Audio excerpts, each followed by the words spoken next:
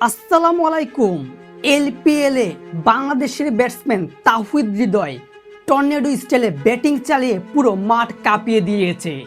3 বলে 3 ছক্কা, মাত্র 1 ওভারেই প্রায় 5টা বাউন্ডারি মেরেছে, যা ছিল দেখার মতো এবং অবিশ্বাস্য। এবং ব্যাট হাতে শেষ মুহূর্তে জড়ো ফিনিশিং করেছেন এই টপ অর্ডারের ব্যাটসম্যান তাওহিদ হৃদয়।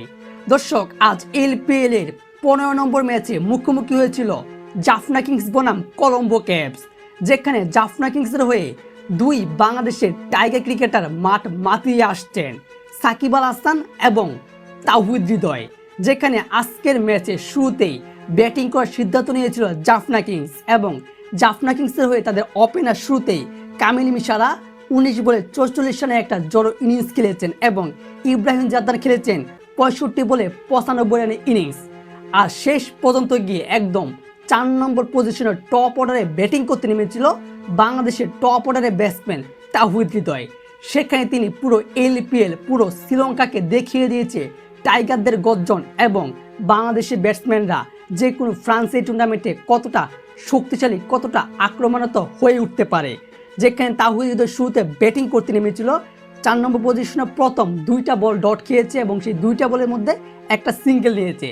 তবে শেষ মুহূর্তে অর্থাৎ ম্যাচের 19 নম্বর ওভারে বোলিংয়ে আসে পাকিস্তানের বোলার শাহনাজ দাহানি। ঠিক তাকে একেবারে উড়ুম দুরুম ব্যাট দিয়ে পিটিয়েছে। প্রতিটা বলে ছিল দেখার মতো, যেখানে সে প্রথম বলে মেরেছে ছক্কা, দ্বিতীয় বলে ছক্কা, তৃতীয় বলে ছক্কা মেরেছে তাওহিদ হৃদয় এবং কি চতুর্থ নম্বর বলটা ওয়াইড হয়।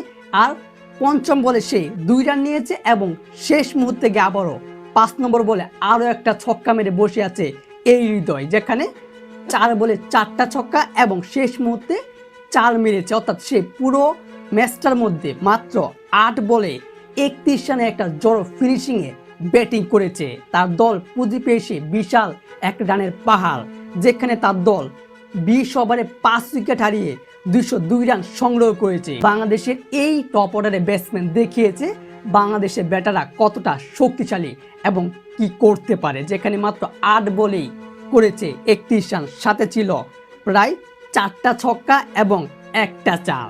দর্শক, আজকের ভিডিওর এই তাওহিদ হৃদয়কে নিয়ে একটা লাইন লিখে যাবেন, আপনার গুরুত্বপূর্ণ কমেন্ট বক্সে মতামতটি জানিয়ে দিবেন। ধন্যবাদ।